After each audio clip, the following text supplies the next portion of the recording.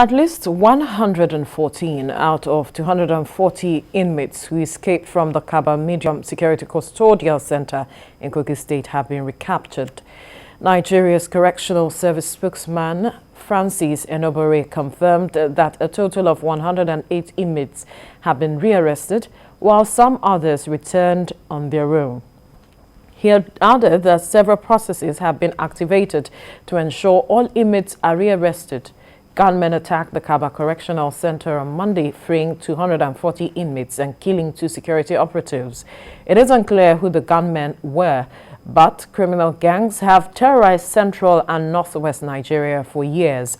How can the correctional centers be safe so as to forestall such incidents? Security consultant Francis Enobore joins me now to make sense of this development. Good morning. Thank you for joining us. Thank you, Veronica. Right. Now, before Kogi State, there was the attacks on Imo and Edo correctional services, and now we have the the Kogi State incident. And the question on the lips of many is, what is this indicative of? What is it showing? What is it a reflection of? Well, it's not a good trend in the first instance. What we're experiencing now, the development now is not telling good of our correctional centers. All right. Now, you remember that the Kogi facility, it's actually a medium security custodial center. Right. And it was originally designed to accommodate just 200 persons. Well, as at the time of the break, I think they had about 294. 224 of them were on a waiting trial, not convicted yet, while just about 70 of them were those ones serving jail terms. One of the challenges we have today is that, bearing in mind the level of insecurity we are experiencing in this country, bearing in mind the arrests made on daily basis by the security agents of criminals and criminal elements, also bearing in mind the fact that some of these persons are deadly, also bearing in mind the fact that some of these persons ordinarily they are commanders of the various criminal groups they belong to. Bearing in mind also the porosity in terms of communication, where you have persons being remanded in these facilities, having communication with their people outside, and then the overflooded nature of these prisons or correctional center, whatever you want to call them now. All of these put together should have informed the authority that they should be expecting some of these kind of activities in terms of people wanting to come and free either their members or their leaders that are being held in those facilities. Security communication is becoming very poor. The way it is today, there are no backups, in terms of when there's an attack, where those of them who are there, the trained security agents, would call for backup and they will get immediate response or responses when there are problems or issues, like jailbreaks. In the past, what we used to experience has changed. It used to be an internal jailbreak where, because of the overcrowdedness of the number of persons, the persons in there, in the inmates, overwhelm the security agents inside and then try to make escape, sometimes one or two. But today, that trend has taken external help. Has taken a new dimension. And the new dimension now is that you take persons there, and some persons will come for them to free them. And now that you had the experience in Edo, we had the same thing in Imo. Yeah. And now in Kogi, I thought by now the security agents should have been more prepared in terms of particularly where you have some high-profile criminals, you know, as suspects being held, awaiting trials or serving jail terms. There should be that preparedness by the security agencies to say that, well, anytime the members of these persons could come to this facility to want to free them, to get them back into the society where they'll continue to perpetrate their heinous crimes. All right. But even so, if we've had between 2 years, 3 external influenced jailbreaks, it meant that there's trouble. Then the essence of having these persons in those facilities is almost being defeated. How is it possible that they can still have external communication such that they can plan such? Well, I gave you a security report, a story on what happened in the Ikoyi prisons between here and some members outside of a criminal gang who had a communication, and then the robbery was said to have been arranged. The members were called together by somebody who was awaiting trial in Ikoyi prisons. So the persons arrested revealed that they were actually talking on phone, and that their boss, who was in Ikoyi prisons, was the one who actually coordinated them. And then there were actually 2 there who met each other there, and then they agreed, and then they introduced members. Even ex-servicemen were contacted who were part of those incidents. One was in Ebonyi, where a bullion van was attacked, but the attack failed. But the security agents that were with those bullion vans never left with their lives. They were gunned down. But even so, the agents were able to defend the money of the people. And the robbers failed. And then they moved from there to Oka, where they robbed another person. And then 2 days after or a day after, they moved to Port Harcourt. Right. Eventually, these were people who were an armed robbery incident that was put together by somebody in the prisons. In the prisons. So that was why I talked about communication.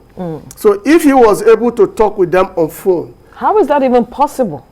You are asking how is that even possible? I just give you a scenario of what happened. But in the prisons, you are not supposed to have all of those. You are not supposed to, because now even if you visited the prisons, like me now, or you, there is a mini gate where all your telephone set will be collected from you and registered against your name. Right. Now, when you are going out, you are supposed to get back that telephone. But what we have today in Nigeria is not the case.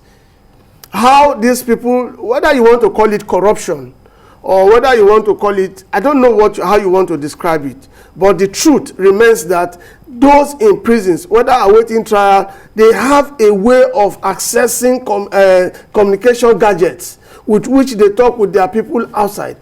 That is one of the rights that was supposed to have been cut in the process of being remanded, not just your freedom of movement. You are supposed not to be communicating with the outside world. Definitely. But now we've had situations where I gave you a report from the IRT. Right.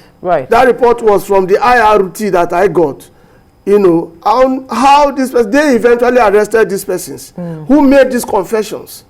Right. And these confessions were actually verified at the end of the day. So if you had a high-profile person, a criminal, well, a suspect, not criminal until the court says so, a suspect, then you should find a way of fortifying security around that facility, having understood the new trend that now these non-state actors have access to weapons they could use to overwhelm. Of course, you know, before they do such things, they would have visited that place and do a surveillance and then have an idea of who is securing the place.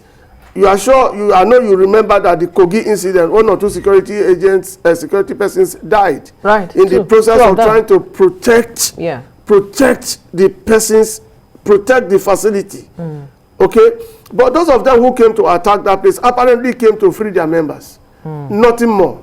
Because it was not an internal thing. When I say internal now, it was not the inmates that protested and broke down the gates and pulled out. The walls of the facility was broken down in about 3 or 4 different places, and then where they removed most of these persons. But even with the new arrest, I'm sure that by the time Nababa sets up a committee to investigate, to look into that matter, they begin to look at those ones that they have not been able to reach. So if we are talking about, because I want us to make judicious time of that we have, if we are talking about reforms at the correctional centers, which is something the government has been talking about for a long time, it has to be holistic, that involves both internally the process, ensuring that inmates are properly secured in terms of denying them of everything, access to other communication, anything that would help them. But that is difficult now. How is it? You know, that's very... Why is it difficult? Isn't that what is supposed to be? Isn't that what is obtained? There's a difference between what is supposed to be and the actual thing. Why is it difficult? It's difficult because there's corruption in the system. Then how do we get the reforms we are talking about? That is why I said it's very difficult. In the first instance, you have to begin with the number of persons that you put in a facility. There are facilities that are meant for, I just gave you an instance of that of Kogi. Yes. The capacity is for 200. But at the time of the jailbreak, you had 294. Out of those 294, 224 were on awaiting trial. Just about 70 were the ones serving jail term. Now, when you have a place overcrowded, what do you have? That's why sometimes in the past, what we used to have was the internal one, like I said. Yes. Okay, when they had to protest. You go to these places, you see small offenses like wandering. People are kept in these facilities for months, years. At the end of the day, these are persons that have no justice system. And justice system also, you have to begin from the justice system. Who do you take there? All these persons, there are persons that have that committed minor offenses, civil offenses, that are not even criminal. But you keep them there for years. Why not grant them bail and let them go home and begin to come to court from those places? Right. Particularly when the crimes, particularly what they committed, were not serious crimes. That's the beginning. That's where you should start from. Okay. And then if you have to have some of these very serious, high-profile suspects, okay, like the terrorists in those facilities, I think if it is possible, I'm not a lawyer, but if it were possible, some of where these persons are kept should either be highly secured or should not be made known to the public. And then communication should be cut off. For instance, if a leader of a terrorist group is kept in a facility and his gangs are not aware, you can take him to one facility and move him later from that facility to another, so that and then cut him off from communicating with his people. That was what I said. These are the things, but these measures we are talking about are mere theories. Right. We are talking theories. I'm talking practicals. With corruption, I just gave you an instance of how they protect these facilities on ensuring that these persons don't communicate with the outside world.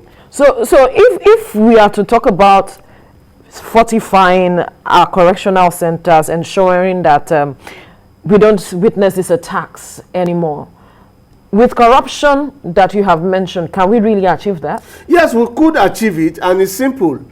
How do we achieve that? Now you are aware, you don't talk theories. I don't like theories, paperwork. Things you know, you just talk on paper and you know they are not achievable. No, come to the reality. Come down to the basis. You know there's corruption in the system. You know right now, from intel, that these persons have communication with the outside, with their persons outside. So that's corruption. Admit it. Accept it. What do you do? How do you contain it? Right. How do you fortify a security around these gadgets? What do you do? Even when you want to cut, you see, there's no way you can completely eradicate corruption from any society. Any society, I repeat, any society in the world.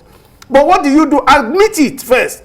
But when you continue to deny it, then there's a problem. If you admit that there's corruption in that system, identify it. If you have identified it, what are the solutions? How do you guard against it? Now, Our security agents are not overwhelmed, but they are overstretched at this point in time. But I think they should have proper backup. And anywhere you have these facilities, there should be backup awaiting signal for rescue. Come to the rescue of those of them on ground, so that once there's a jailbreak, you make contact for backup, and then they rush down to that place and rescue the situation. But in most times, we have not had that, because in Nigeria today, we have so much problems on our hands. We have the problem of crime, we have the problem of kidnappers, we have the problem of bandits, we have the problem of what do you call them now, terrorists. You just talk of the terrorists that has been killed. All of this person, when you make arrest, and then when some people begin to say, why would government allow some people to go? Do you have enough facilities to keep them? What are the number of facilities you have to keep them in this country as we speak today? Right. They are overwhelmed. These facilities are go to any prison. We are even talking of a medium. Go to the maximum.